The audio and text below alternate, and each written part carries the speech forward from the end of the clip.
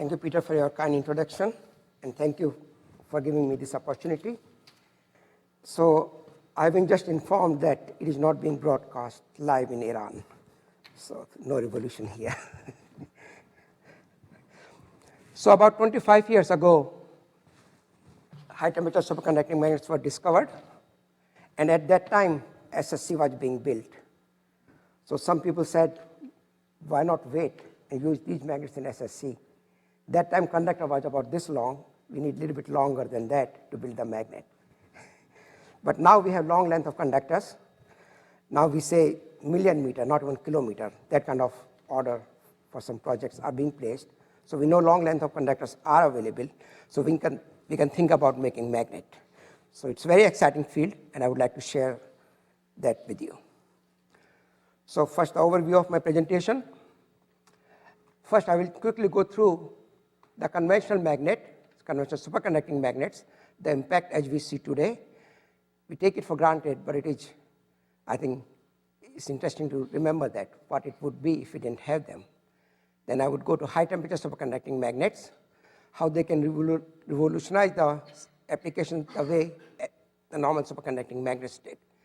And then a significant part of my presentation would be on magnet R&D at Brookhaven. You will see that it's an unparalleled research program covering a wide range of possibilities. And then in the end, future outlook and summary. So what is superconductor? The last Brookhaven lecture series was by Cheng Li, and he gave a good introduction to that, so I'm not going to go over that. They were discovered 100 years ago. Essentially, they have zero electrical resistance. That means you can put large amount of current in them, and there will not be any ohmic heat. There will not be any heat generated. You can put lots of current, and if you can put lots of current, you can create lots of field, because that's how electromagnets work. You put a lot of current, and they create field. And since there's no loss of energy due to heating, etc., you actually save the energy. Then what are conventional superconductor? Most of the application, they require 4 Kelvin, that's minus 450 Fahrenheit, liquid helium. That's a very low temperature, very low. So surprisingly enough, they are called low temperature superconductor. Now we move to somewhat higher temperature superconductor. It's all relative. These materials are still cold, minus 321 F. That's typically, it's a loose definition. That's where they are superconducting. But the important thing about that temperature is that that's where you get liquid nitrogen, at least in New York. So let's see how they revolutionize the conventional superconducting magnets, how they revolutionize the field. This is our favorite machine, and these are our favorite magnet. We in Magnet Division take great pride on it. They are working very well, never break. But just imagine, if we didn't have superconducting magnets, what would have happened? Without the energy-saving superconducting magnets, the power bill of RIC would have been so large that it may never have been built. Without the powerful superconducting magnets, the size of RIC would have been very large. The size of the tunnel, how long the machine is inversely proportional to how much strength you can have in the magnet. So if the magnets were weak, they were not superconducting, the tunnel would have been so large, and it would hardly have fit inside the campus. And without the high gradient superconducting magnets, the magnets which go near the interaction region, the collision rate would have been so small that many RIC experiments would not have been practical. And this is just not only for Brookhaven, this is true for all this kind of machine, whether you talk about Tevatron at Fermilab and LHC at CERN. This is a common feature. Without these magnets, these kind of machine would not have been possible. And then if you move to other application, currently a fusion reactor is being built, that's called ITER, that uses superconducting magnets. And that particular kind of design would not have been possible without that. Without the superconducting magnets, modern high-resolution MRI would not have been possible, etc., etc., etc. And one of my favorite examples is the magnetic leviated train, which used those magnets right from Brookhaven and Gordon Danby and Jim Powell. So it's quite clear if you look at all these applications, Accelerator and others, the development of superconducting magnets a few decades ago revolutionized the field of accelerator and other, and we take it for granted. But if you look at that, we see how much impact they made. But as powerful as they are, superconducting magnets, they are kept and can be kept in a volume. Here you see this giant. It is kept in the volume of what we call space, x, y, g. Similarly, superconducting magnets, the superconducting in magnets, it stay in the volume over there. You see that little yellow spot over there. It remains in the volume of temperature on one side, magnetic field on the other side, and current density to power those magnets on that side. You cannot go anywhere outside. It must stay within that. And if you go on extreme situation anywhere, for example, temperature, if you go, say, here is 9 Kelvin, then you cannot carry any field. It's basically all other axes are 0. So the conventional superconducting magnet generally operate at 4K, and applications generally rely on helium for cooling. But if you look at the high temperature superconductor, which were discovered in 1986, for example, by BCO, the area of this free volume where we can have field and all the thing that increases. No one appreciated that more than the leader of free world, Mr. Ronald Reagan. But he also recognized that it's a challenging field. It's a challenge for future. So it's very well appreciated that it's an interesting field, and this is something we should pursue. So let me take a small detour and talk about the natural resources, where we will be in 100 years. Can you guess what I'm talking about? No, it's not oil. It's helium, which is essential to cooling practically all superconducting magnets now. It's non-renewable. Once we lose it, we lose it. It goes up in the upper atmosphere. And there are some predictions that if things go as they are going now, we may be out of that, or maybe a significant part of that may be gone in 30 years. That's pretty significant. And News Channel at one time talked about it, and some renowned physicists also talked about it. For example, Professor Richardson, 1996 Nobel laureate. But whatever it is, we see whether it's because of that, because of free market, whatever, the price has increased 3 times in the last 5 years for many customers. And we are not the only one who use the helium. There are many other users, all around. For this week's special balloon, as you see. But all of them, they use it, whether fictional or real. So there is a large consumption of helium many places. And our superconducting magnets rely on them. So it's clear that we need to look for alternative sources of cooling. So at this place, high temperature superconductor comes to rescue. Why? Because HTS magnet can operate at higher temperature where helium-free cooling scheme become attractive. We can work without helium. And if you compare the conventional magnet, what we call low temperature magnet, I'm going to use this acronym many times, LTS, low temperature superconductor, which is conventional magnet with high temperature superconductor. If you see what temperature they are superconducting, now in titanium can stay superconducting below 9K or 18K, and here it is significantly higher. There's another compound, magnesium diboride, which theorists say is conventional superconductor, but people who are applying for funding, they say high temperature superconductor. It depends whether you're talking about theoretical use or practical use. So if you look at that and look for the cryogen-free cooling, the helium-free cooling basically, what is becoming quite popular now is a cryocooler. It looks something like this. It has only small amount of helium inside. You don't need any helium refill to cool it. So you can take it somewhere, plug it in the outlet, and this part becomes very cold. And you can use it to cool the magnet. So that's very good. But if you look the cooling power, we need power to cool. If you look at the cooling power as a function of temperature, here is the power and here is the temperature. The power becomes very small at low temperature, but at high temperature, the power is significantly large. So the capacity is large. At high temperature, that means it will work very well with HTS magnets. So HTS magnet and cryocooler, they make a good solution. It doesn't work so well with the low temperature superconductor.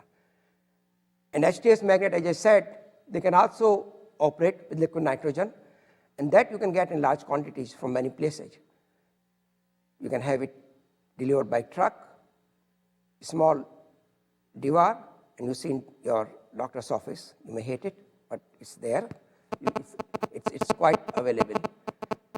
And it is 100 times cheaper than the helium. So current rate is about 9 cents a liter.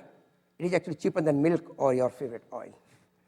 So it's quite clear if you look at the cryocooler possibility or the nitrogen possibility, HTS magnet makes helium-free superconducting magnets attractive. There's another thing that nitrogen is renewable. As you see in this chart, it keeps coming back. It does not escape like helium does in the upper atmosphere, and it's available in abundance. You're not going to run out of it. There's another important property of HTS that they can make high field magnets. Why? Because to make high field magnets, you need to put some current on it. And it so happens that if you look at the low temperature superconductor, and on axis, if you look at the magnetic field, if you go to high field, the capacity of carrying current of low temperature superconductor, different kind, they don't carry much. So if you're making magnets, say 20 Tesla or so, typically we want a current density of 1,000 amps per millimeter square or so, they don't carry enough current. The only thing which carries enough current is high temperature superconductor. So if you want to make superconducting magnets, very high field, you have to use that. And for that region, sometimes high temperature superconductor are also called high field superconductor. So let's see what possibility we have with HTS in superconducting magnet technology. HTS can function at high temperature, as I said. That makes helium-free superconducting magnets operating at high temperature possible, as never before. And HTS can carry substantial current at high field. That means that makes very high field superconducting magnet possible, as never before. Even one of them is actually sufficient to revolutionize the field. Here we have two. So that's pretty powerful. That's what drives the whole research. So with that, I would like to say that it's not that you have to choose high temperature or high field. You can have a mixture of two. So HTS magnets are unique in that way that they offer a range of possibilities. You can have high temperature at low field, and as you will see that we already have some of them at Brookhaven. We are already using that. You can have medium field magnet at medium temperature, not very high temperature, and that's where there's a large potential for large-scale cryogen-free application. And at some places, it solves a critical heat load problem. I'm going to discuss one of them. And then you can have very high field magnets. The field can be so high, like 25 Tesla or so, that dipoles for energy upgrade, you can talk about them. Peak energy would be increased with that kind of field 7 times, and LHC energy by 3 times. You can have quadrupoles in the interaction region, which creates very large luminosity or large collision rate, and you can build with them solenoids, which makes muon collider possible. All of this is possible only with HTS, and at Brookhaven we are working in all 3 areas. I want to show you a hardware. One of them is this beautiful coil made in the earlier stage.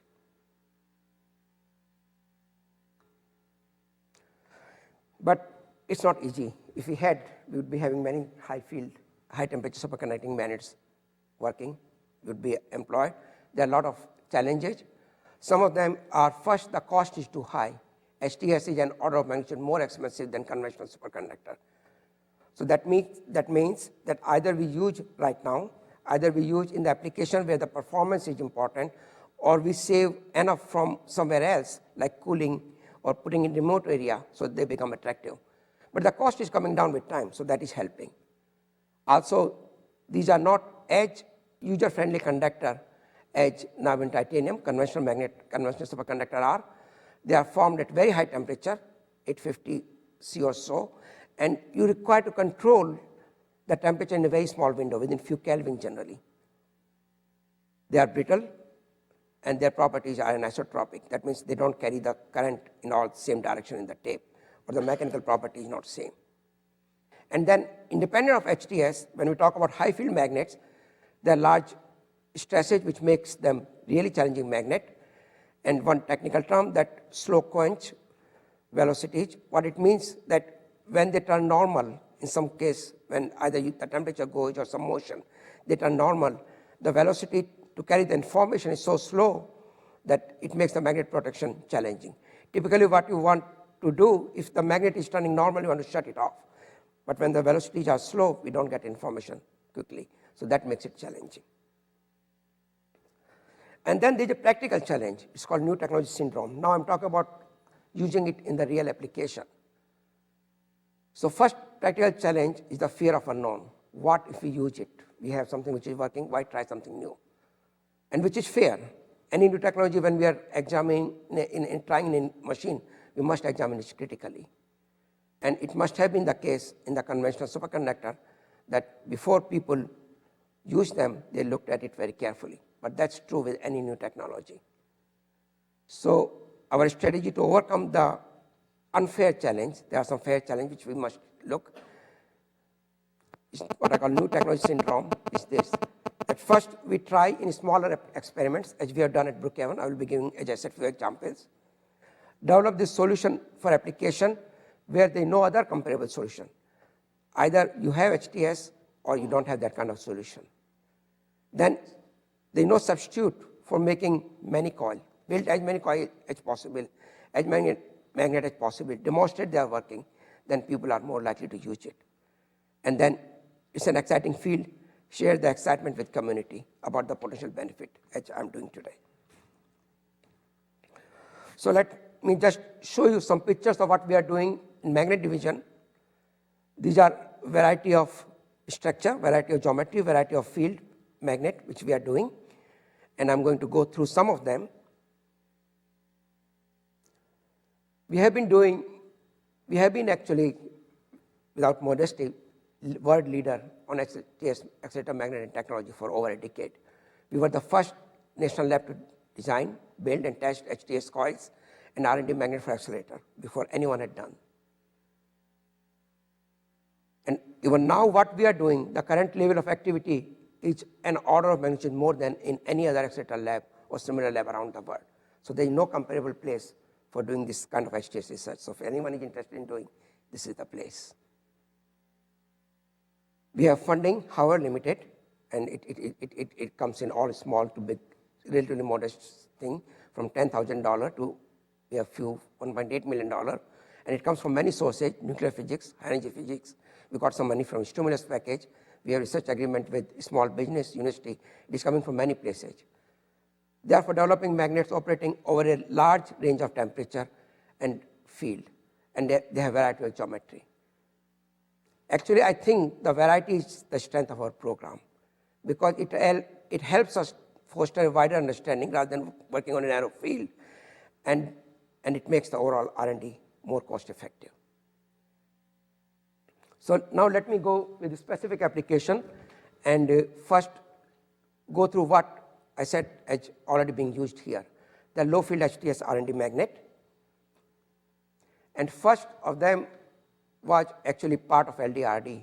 Interestingly, it was not initially part of LDRD, but it provided a solution, so it became part of that. This is an electron gun, and the HTS solenoid sits right here. Electron gun basically produces intense electron beam, and we use HTS for focusing there. Here, it's a superconducting cavity. It's a superconducting electron gun, and the HTS solenoid is somewhere here. And what you see here in between is aluminum wafer. Somewhere here we have helium, and here we do not. So there's no room to put solenoid somewhere here. All space is taken. So there cannot be any low temperature solenoid. If you put copper solenoid over here, that generates 500 watt of heat. The capacity is 5 watt. So obviously that's not going to work. The temperature over here in this range is as high as 20K. So obviously, as I said before, you can't use LTS. For that, we need something like 4K. So this is a case where HTS solenoid provided a unique solution. Nothing else will work. Only this is the solution. And let me show you hardware for that. These are few coils, and here it is inside the whole system. This we built for CAD. And the conductor cost, now to give you how expensive it is, the conductor cost is only a few $1,000s. If we were to buy, actually in this case it was leftover. This is very compact size, as you see here, just fits inside this, and it runs at a very low current, 20 amp. You can use it with household wiring. You can test it at 77K, get the whole performance. Rest is just you get extra margin. So this is a case where HTS provided an economically better solution, and I include everything, design, build, and test, everything. Because sometimes testing itself, if you are doing in helium, would take more than cost of many other things combined. And a technically superior solution because you get actually focusing.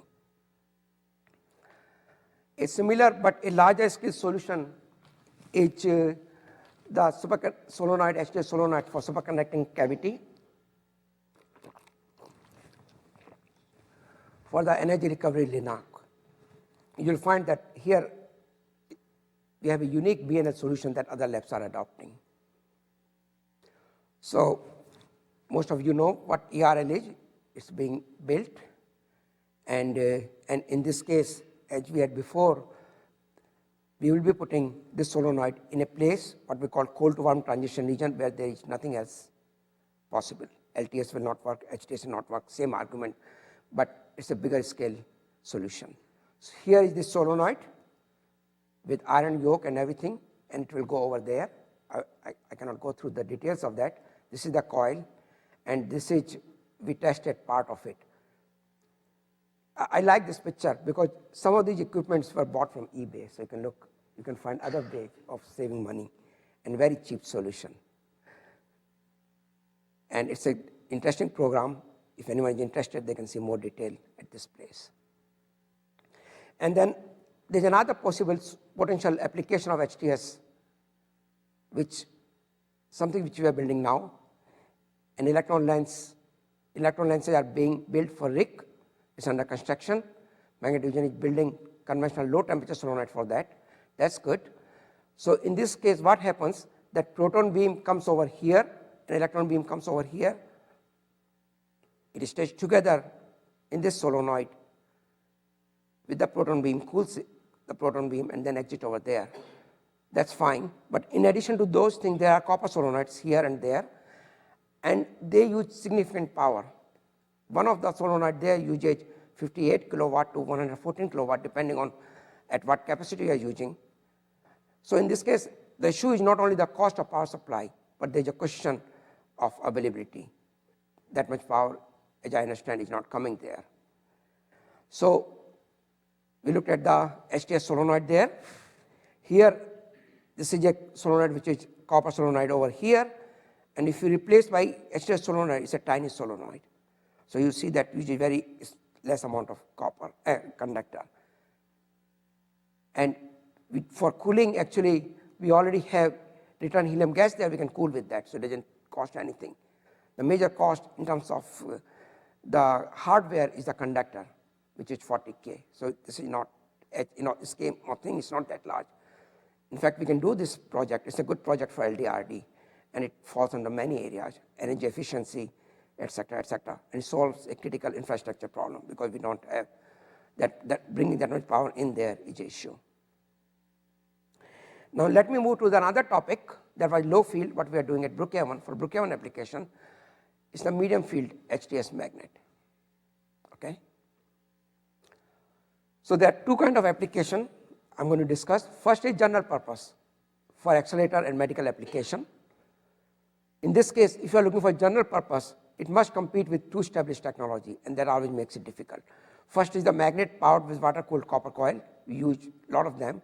We have it all over in the site, including in the NSLS. And there are other somewhat high-field superconducting magnet, where you use conventional superconducting now titanium, which are much cheaper. So it must compete with those. And there are some special purpose magnet where we have a unique advantage. There HTS solves a critical problem, as you will see, And the special purpose could be either that there is a lot of heat deposition for whatever, from whatever, or you are doing it for remote area where you don't have helium. So, for example, I took a case of retrofit of NSLS dipole, and that's for energy efficiency. So here is the dipole which is there from NSLS.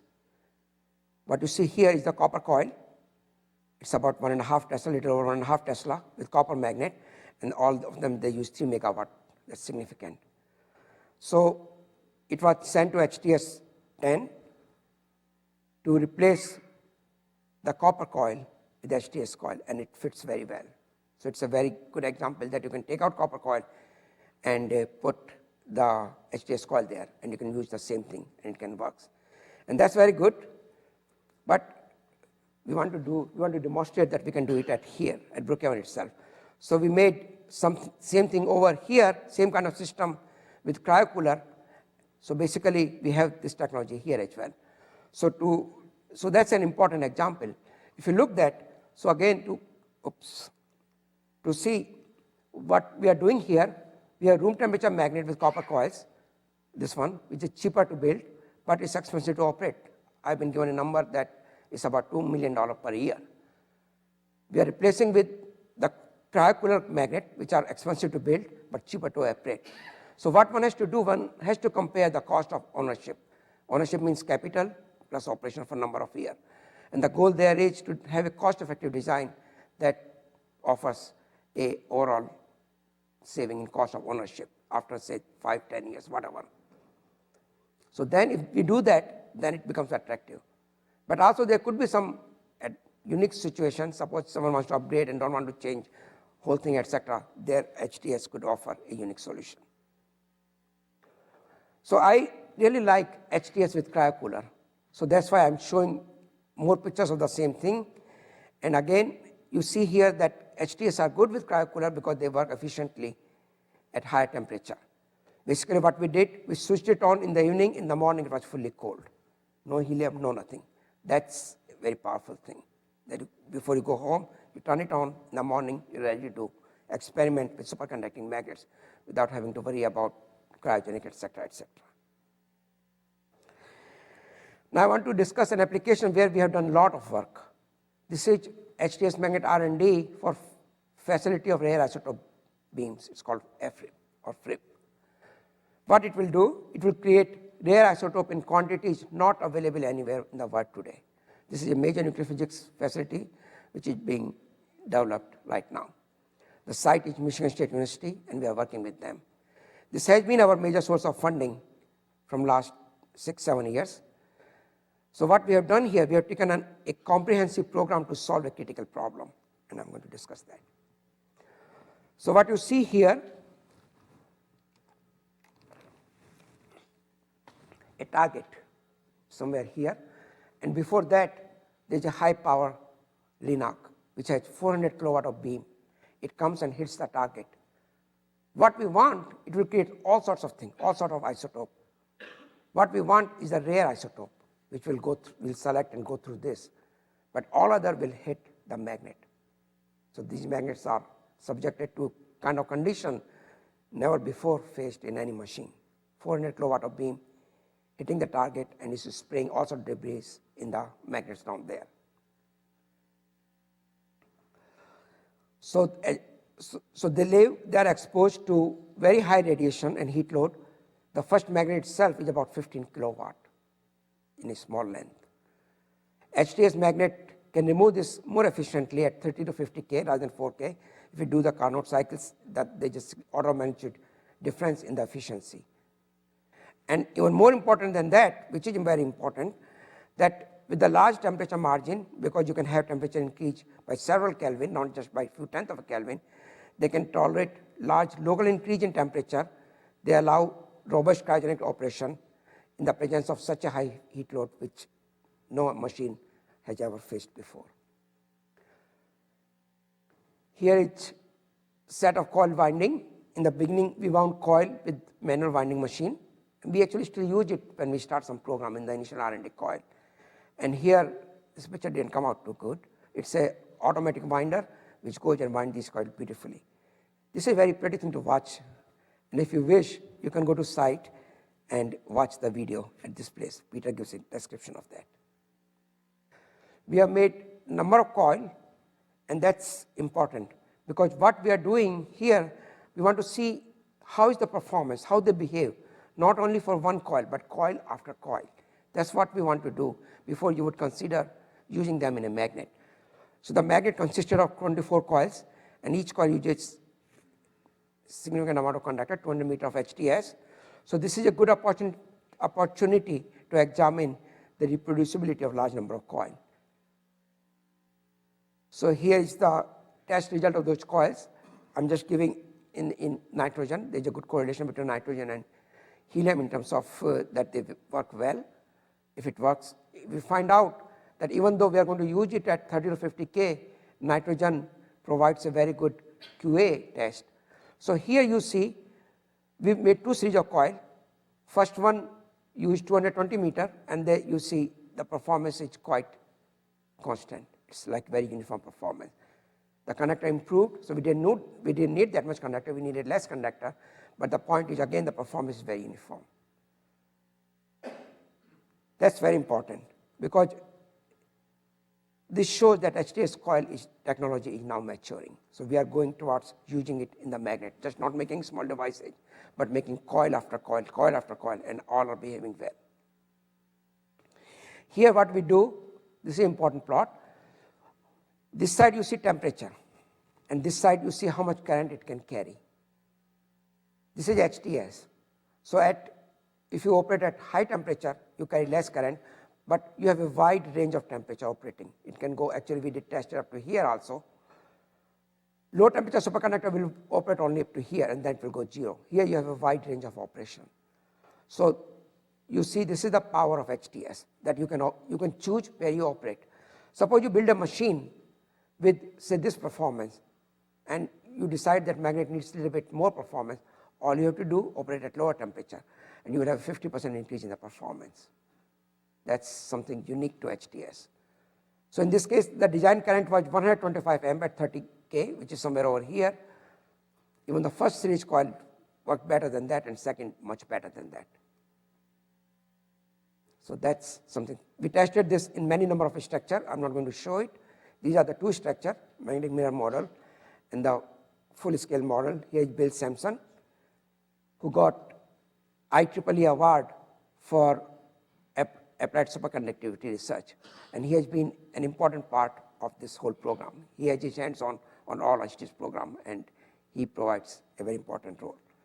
Brookhaven has been actually a leader in superconductivity, and there are other people who got this award earlier, Masawa Naga and Eric Forsyth, and I saw him somewhere sitting here a while ago. So Brookhaven has been playing a significant role in applied superconductivity. Now coming back to the same magnet, why we did that? Because we said that it can tolerate large amount of energy, it can tolerate large radiation, so we need to show that. It was a complete program, just not the magnet, but everything. So here we did some heat deposition experiment. We have these heaters which are put in between the coil, which you see here. And we put large heat load there, 25 watts in a small volume. If you convert it, it becomes 5 kilowatt per meter cube. To simulate the kind of energy it will face in the real situation. Actually, it is much more than that. But in any case, what you see here is a time, and you see here kind of temperature. So what it shows a constant plot that it is working stably at that level. So that's a proof that you can operate HTS magnet in a stable fashion over a long period of time. Second was the radiation. We did those experiments at the BLIP facility we have at Brookhaven linear isotope production. And what was the goal there? That the 10% damage is allowed in 10 years. Here we see that it actually 10% damage we get for 30 years. So it works very well. So it was the people at Michigan State University, LGL, etc., who are looking into this particular concept, they said it is acceptable, so it was a very important thing. We have done experiment, this was experiment without field, we did experiment in field at liquid nitrogen. Next step will be doing at lower temperature. So we were very happy with that program. So we got more ambitious. So positive outcome of first generation R&D encouraged us to make a more ambitious program. So what is that? So here is a cartoon of the magnet. Actually, we are building it. You will see in the next slide what we are doing. So what we did, okay, 30 was easy. So let's do it at 50K. So it is even more efficient. The another thing what happened at the same time, that before we were using first generation conductor called BISCO, and now we have second generation conductor called YBCO. It's available from 2 manufacturers. Before only we had 1, now we have 2. That's important. If you're building a magnet for machine, you don't want to rely on 1 vendor. You want to rely on more than 1. So in US itself, there are 2, and then there are more elsewhere in the world. We said we can get 50% higher gradient, and instead of building a small magnet, we said we'll build the full-size prototype. So we are basically now building a magnet which can go in the machine. We want to do everything possible to prove that this magnet is ready for the machine. So here is the activity going on. I just took a picture on 1 noon, and I found it's a very good way to represent what's going on. So in the number 1, you see here that HTS coil is being wound. Here it is being tested. Here we are developing advanced protection system. Here all these 3 coils are in storage, next best to in the magnet. And actually in this case we are ahead of schedule in terms of winding the coil. That's an interesting problem to have for our budget people. So this program had significant impact. First, it not only addresses a critical issue for which there was not called solution, but it builds a good foundation for other programs. So we did many other programs, as you will see. And I'm very excited about it because this could be the first significant application of HTS magnet in an accelerator after some important small application, but important application at Brookhaven, as I mentioned a little earlier. This is somewhat higher field magnet. Now let's go to even more high field, which is only possible with HTS. I apologize, I changed the computer, so the fonts got mixed up. So what we have done, we have examined several different geometries, several different applications, and several sources of funding. And they should all help each other in creating the most powerful superconducting magnets ever. Now I must say that what we are doing, we are working on application. So our mission is not to reach the record in terms of field. But so happened in this case, they all help each other in getting this, and it's a good publicity.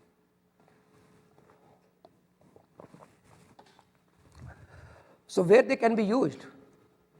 First, they can be used for energy upgrade. If you take 25 Tesla, for example, you can increase LHC energy by 3 times. And we are working on magnet in different geometry in this field range. It will increase RIC energy by 7 times. So let me show you an example, a rendering of LHC magnet. Here you see the beam is coming on this side, and somewhere they collide, and that's the way collider works. These magnets are being made with niobium titanium, and this geometry is not particularly suitable for HTS because HTS, as I said, they're a little bit brittle, and bending it like this could create problem. So this is the problem is in the end, is the conventional end, what we call. These are complex 3D geometry. These are not best suited for high field, and they're not best suited for brittle conductor like HTS and niobium 13. So what we did, we developed an alternate solution. We are working on the application, so there could be other way of getting the same thing. So here you see alternate solution. In this case, you see the coil. It's a straight coil. It's a simple coil, 2D geometry, pancake coil. You wind it like this, and it goes like this. Very simple coil. Here the current goes in this direction. Here the current goes in this direction. In between over here, it creates the field in this direction. And here it creates field in opposite direction. So you got a geometry rather than the complex geometry, simple geometry, which create the field. And here is a magnet based on that geometry. So this could be possible, some geometry to use with HTS, because in this case, we have what we call a conductor-friendly design with simple H-stack coil. There is no complex end. And one important thing here that the band radius is very large. Before this conductor, as you will see in the next slide, these conductors, they were returning from here on the same sort of beam or aperture. Here they go to another aperture.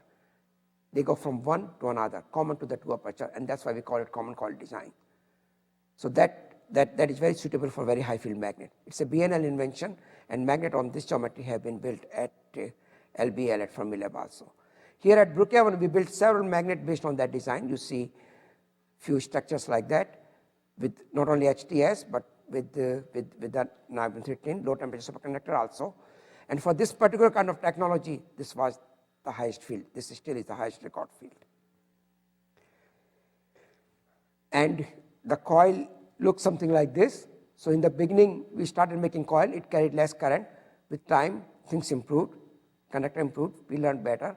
And it created a somewhat very high current from few hundred amps to 4.3 kiloamp in 2003.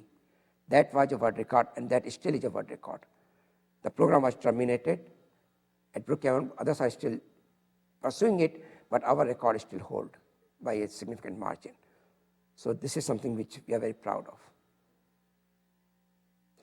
Then let me move to very high field solenoid. This is the most demanding program yet. Why? Because the high field create very large forces, large stored energy. Sometimes it's a problem, sometimes it's a blessing in disguise. But this is a very challenging in terms of making magnet. We have a new conductor, and we would like to have more money to do the research, but we have to do whatever we have to do. But that makes it challenging. So what we have done, we have developed a step-by-step approach, and I will share with you.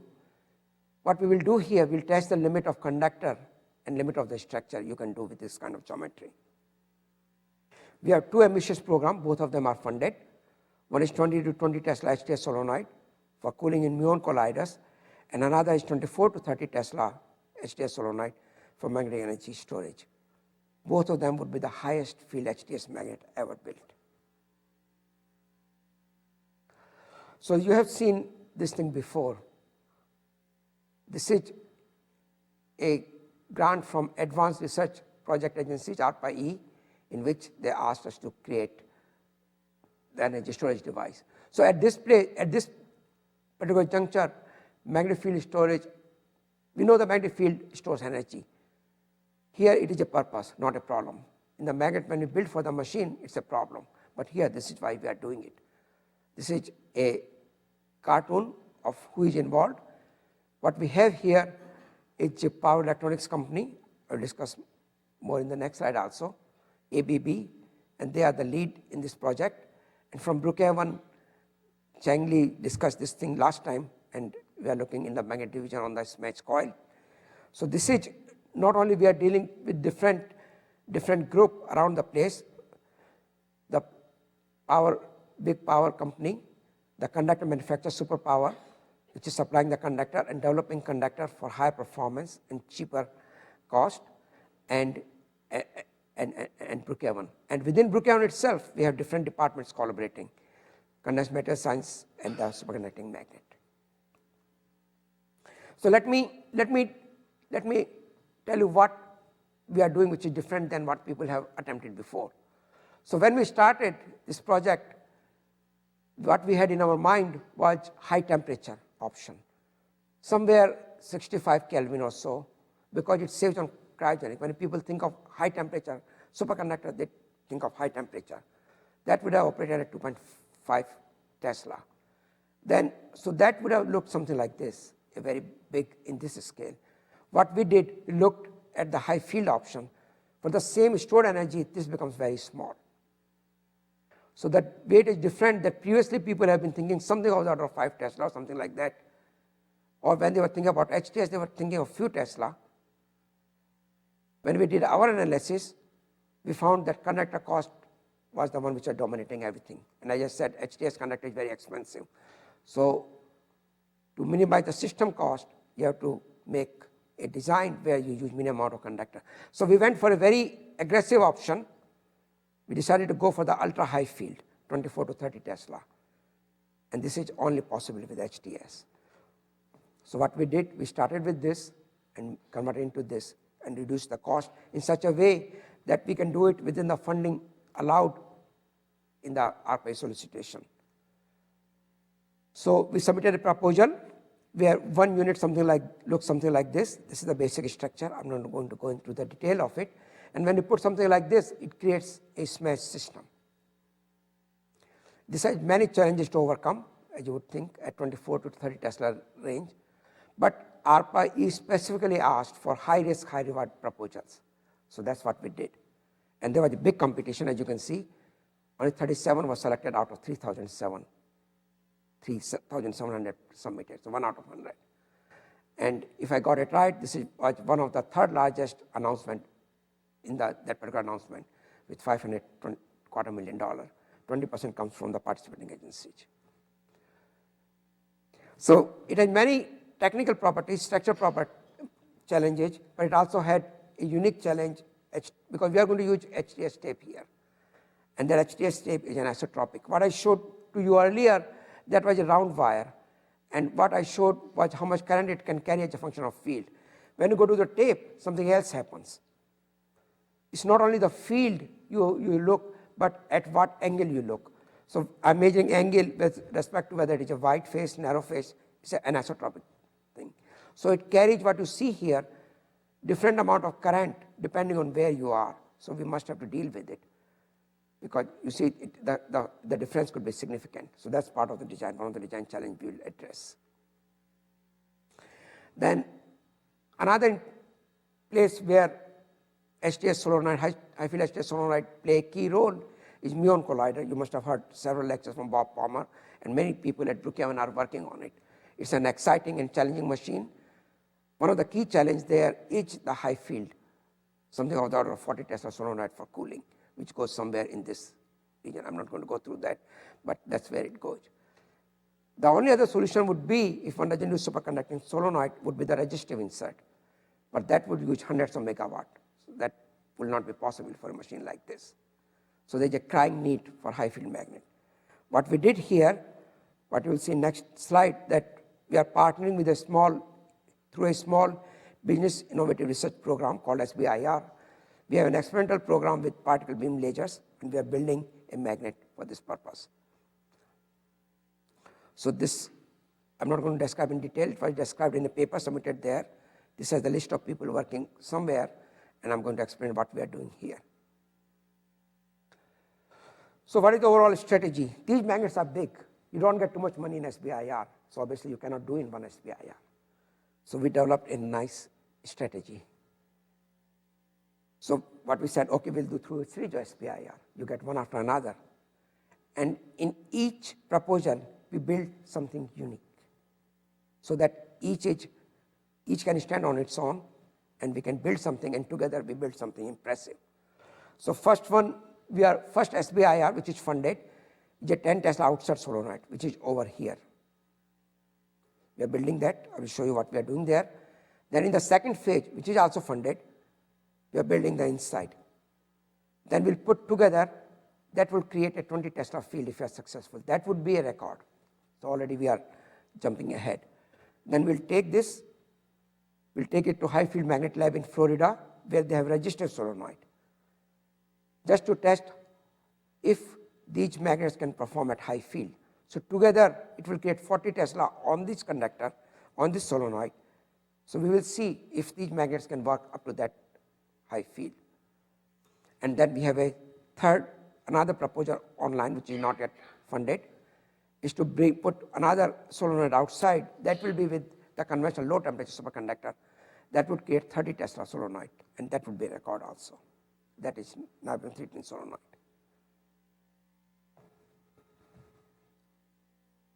So let me tell you the status of that. As you see here, we have built number of coil for the solenoid, Actually, we have built all the coils. That particular magnet solenoid needs 24 pancake coil. We have built all of them plus 5 extra, and each use about 100 meters of conductor. We have tested them, all of them, and everything is okay with them. We are making coil for the insert one, and what you see here, we are developing an advanced quench protection system. That's a very important part of this R&D. We need to able to protect the magnet when they turn normal. And we should test the first one within few months, by the end of this summer, hopefully, and hopefully 20 Tesla by the end of this year. What we don't have here is something outside this. We have this one and this one. And what it so happened that we are building a solenoid for E-lens, which I discussed before, and that fits very well. So this is a very good topic for another LDRD. If you put everything together, and that magnet can be built in this LDRD, if you put everything together, that would create the highest field superconducting solenoid ever. So that is a good leverage to whatever we have. So let me go through the summary of magnet program at Brookhaven. We have made devices with varieties of superconductor, all kind of HTS. We have a major R&D program. Amount of wire produced is of the order of 20 kilometers so far, and 35 kilometers in the next 2 years. That's significant. We have successfully designed, built, and tested a large number of coils and magnets, about 100 coils and about 10 magnets. We have high current cable and conductor test facility.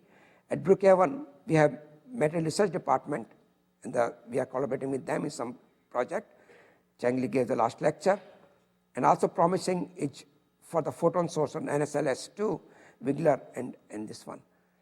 We will be describing this program with a series of paper at the Particle Accelerator conference. This gives you an idea of breadth of program we have. And for the cryogen-free magnet, my favorite remains this flying train. With the HTS, the highest record right now of manned train, that particular train was built with HTS, with the cryocoolers on board. So you see that there's a lot of non-accelerated application where it plays. We are working on the superconducting magnetic energy storage system. People are working, not us, on the propulsion matter for defense application, and a large-scale application remains cryogen-free MRI for beamline and cancer therapy. This is a potential area where BNL can contribute because the way we are. We are a multidisciplinary research, and different people can get together to come up with a multidisciplinary proposal. And some of these things we discussed in the last Brookhaven sphere. I would like to acknowledge my colleagues. There are a lot of people who played a significant role, and this kind of program would not have been possible without them. We have key support from the administrative people, and computer people. The most important people here are the magnetic division technicians, and many of them these are the people who have really worked with their hand. So large people of them are contributed to that, and it's their skill which makes it possible. Otherwise, it is just a dream. Then we have engineering staff, scientists, someone like me, and then we are collaborating with other departments at CAD and other departments who all have played a key role in it.